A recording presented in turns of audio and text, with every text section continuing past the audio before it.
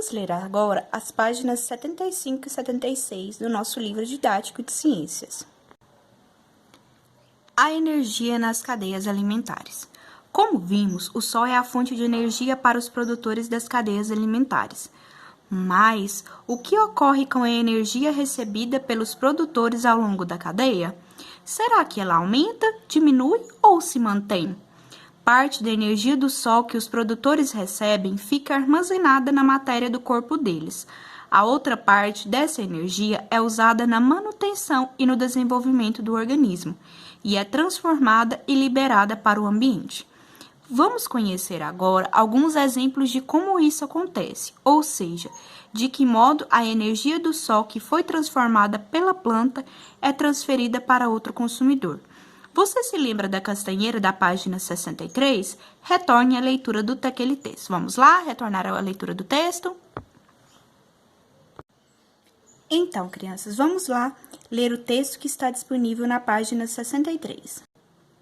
Castanheira, uma antiga parceira do homem. Os imensos castanhais muitas vezes são a principal fonte de renda de comunidades amazônicas. Majestosa, a castanheira alcança 50 metros de altura e sua copa pode cobrir outros 50 de diâmetro. Lar de uma miríade de plantas e pequenos animais. A gigante de 50 metros depende de abelhas nativas da Amazônia para se reproduzir. Só essas grandes abelhas abrem a fechada flor da castanheira. Em suas idas e vindas pelos castanhais, as abelhas polinizam as árvores. Uma outra pequena criatura da floresta, a cutia, desempenha outro papel essencial. As cutias são as únicas que abrem o ouriço, o duríssimo fruto da castanheira. Ela come as sementes, a castanha, e depois de saciada, enterra mais algumas pelas florestas, como provisão. Como as cutias não recuperam todas as sementes que enterra, algumas acabam por germinar, explica Gribel. Para ir de semente a gigante de 50 metros, a castanheira pode levar 500 anos. Na Amazônia, a árvore de 800 anos de idade. Ana Lúcia Azevedo e Ricardo Grandelli. Que legal, hein, crianças? Castanheiras de mais de 800 anos. Muito interessante o texto. Vamos lá dar continuidade, então, ao nosso texto da página 74. Você sabia que essa árvore germina e, quando adulta, pode chegar a cerca de 50 metros de altura e seu caule a 2 metros de diâmetro? Após desenvolver-se, a castanheira passa a produzir muitos frutos. Você já comeu castanha do Pará? Uma delícia, né?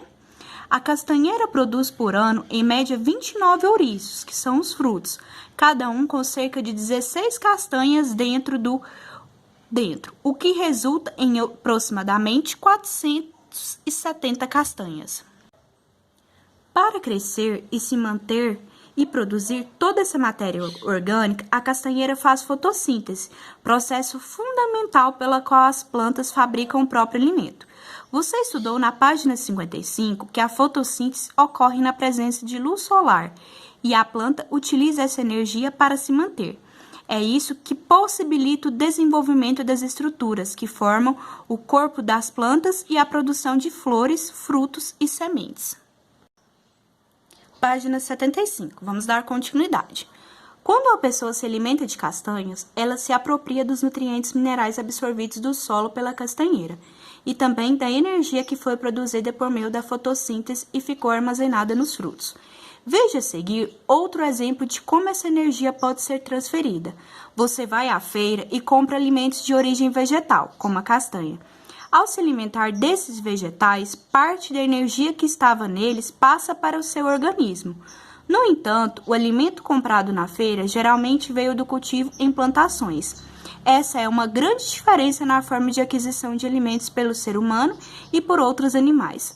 Ao plantar e produzir uma horta, por exemplo, o ser humano controla a produção da própria comida, ou seja, não consome apenas as plantas nascidas naturalmente.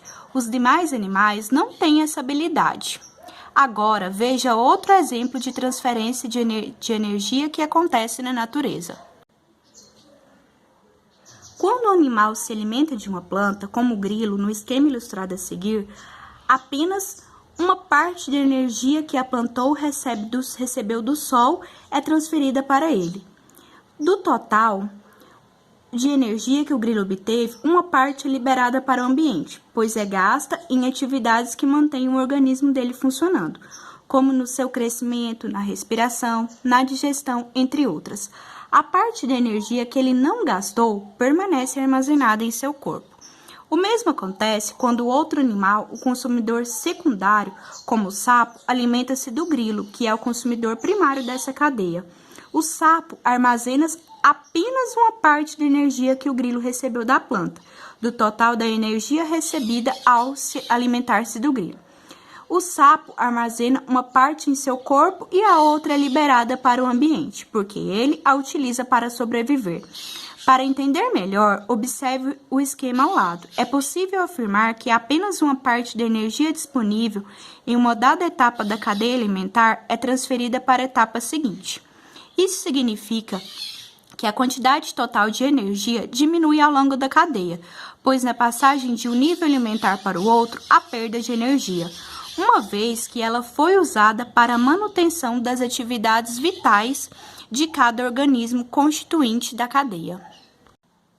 Então, aqui nós temos o exemplo, né? Temos o produtor, temos o consumidor primário e o consumidor secundário.